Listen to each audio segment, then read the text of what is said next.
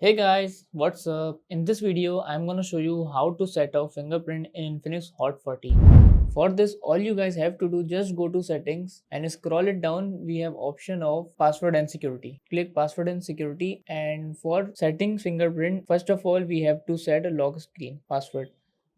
So we have three options: pattern, numeric password, and alphanumeric. I am choosing pattern. Then set a pattern. Again, re-enter the pattern and then click on confirm. After that, click on done, and then now click on add fingerprint. Click next.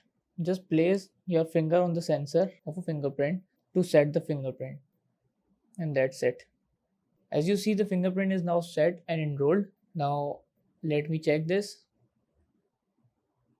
So as you see, the fingerprint is now working 100% okay, and this is how we can set fingerprint in Infinix Hot 40. So that's it about the video. If this video helped you guys, kindly like the video and follow us for more tips and tricks. See you guys in next video. Take care.